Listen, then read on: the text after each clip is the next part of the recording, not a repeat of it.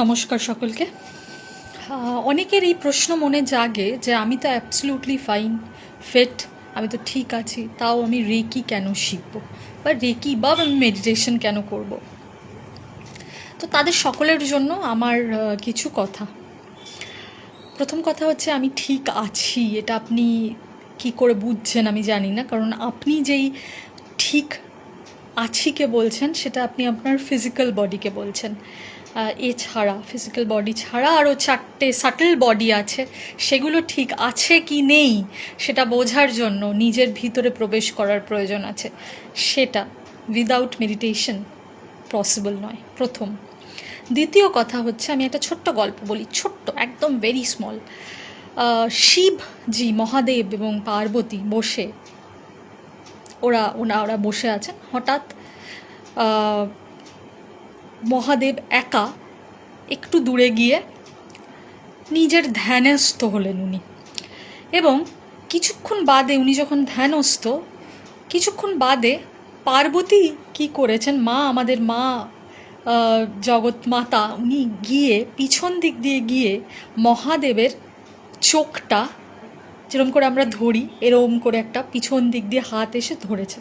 এবার মহাদেব তো ধ্যানস্থ, ওই ফ্র্যাকশন অফ সেকেন্ডে ওনার একটা, যখন চকটা ধরেছে, একটা চমকে গেছে, একটা ভয়ে জাগৃত হয়েছে, এবং ওই ভয়ের থেকে একজন অসুরের জন্ম হয়।